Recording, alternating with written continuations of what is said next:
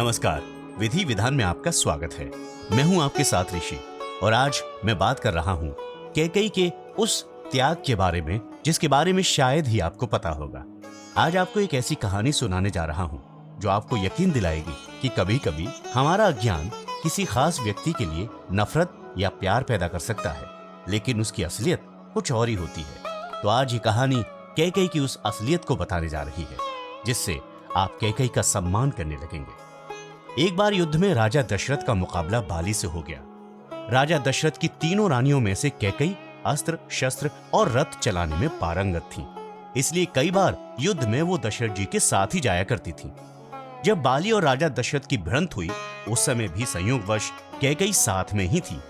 बाली को तो वरदान था कि जिस पर उसकी दृष्टि पड़ जाए उसका आधा बल उसी को प्राप्त हो जाए, यानी जो उसके सामने लड़ता था उसकी आधी शक्तियां बाली को प्राप्त हो जाया करती थी। स्वाभाविक है कि दशरथ परास्त हो गए।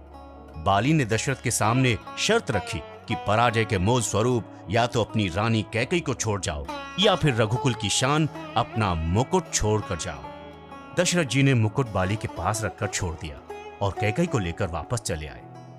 कैकेयी कुशल योद्धा थी।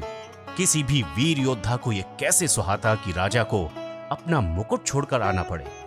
कैकेयी को बहुत दुख हुआ था कि रघुकुल का मुकुट उनके बदले छोड़ देना पड़ा। वो उस मुकुट की वापसी की चिंता में रहा करती थी। जब श्री राम जी के राजतिलक का समय आया तब दशरथ जी व कैकेयी को मुकुट को लेकर चर्चा हुई। ये बात तो केवल यही दोनों जानते थे। कैकेयी ने रघुकुल की आन को वापस लाने के लिए श्री राम के वनवास का कलंक अपने ऊपर ले लिया और श्री राम को वन भिजवाया। उन्होंने वन जाते समय श्री राम को कहा भी था कि बाली से मुकुट वापस लेकर आना है। श्री राम जी ने जब बाली को मारकर गिरा दिया उसके बाद उनका बाली के साथ संवाद होने लगा। प्रभु ने अपना परिचय देकर बाली से अपने कुल की शान के बारे में पूछा। तब बाली ने बताया, रावण को मैंने बंदी बनाया था। जब वो भागा तो साथ में छल से वो मुकुट भी लेकर भाग गया। प्रभु मेरे पुत्र को सेवा में ले लीजिए, वो अपने प्राणों की बाजी लगाकर आपको मुकुट लेकर आएगा। जब अंगद जो कि बाली के पुत्र थे श्री राम जी के दूत बनकर रावण की सभा में गए, वहां उन्होंने सभा में अपने पैर जमा दिए और उपस्थित वीरों को अपना पैर हिलाकर दिखाने की चुनौती दे दी। अंगद की चुनौती के बाद एक एक करके सभी वीरों ने उसको हिलाने का प्रयास किया, परंतु सभी के सभी असफल रहे। अंत में रावण अंगद के पैर डिगाने के लिए आया। जैसे ही वो अंगद का पैर हिलाने के लिए झुका उसका मुकुट सिर से गिर गया। अंगद वो मुकुट लेकर चले आए। ऐसा प्रताप था रघुकुल के राज मुकुट का। राजा दशरथ ने गंवाया तो उन्हें पीड़ा झेलनी पड़ी, प्राण भी त्यागने पड़े।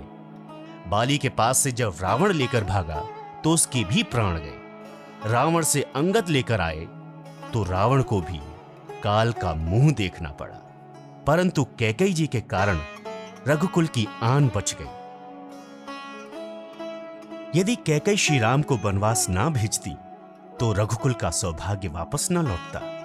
कैकेयी ने कुल हित में कितना बड़ा कार्य किया और सारे अपयश तथा अपमान को अपने सिर पर ले लिया। इसलिए श्री राम माता कैकेयी को सर्वाधिक प्रेम करते थे। विधि विधान इस कहानी की सत्यता को साबित नहीं करता। ये कहानी कई जगह पर लिखी देखी और हमने आप तक पहुंचा दी है, लेकिन इस कहानी के बारे में कहा जाता है कि ये सत्य है या नहीं अभी ये प्रमाणित नहीं है, तो आप भी इसको पूरी तरह से सत्य ना माने। आपको ये वीडियो कैसा लगा जरूर बताएं कमेंट सेक्शन में। और हाँ, हम इस तरह की कहानियां आपको भविष्य में भी लाते रहेंगे, इसलिए चैनल को सब्सक्राइब किए बिना बिल्कुल मत जाइए। नमस्कार, जय श्री राम।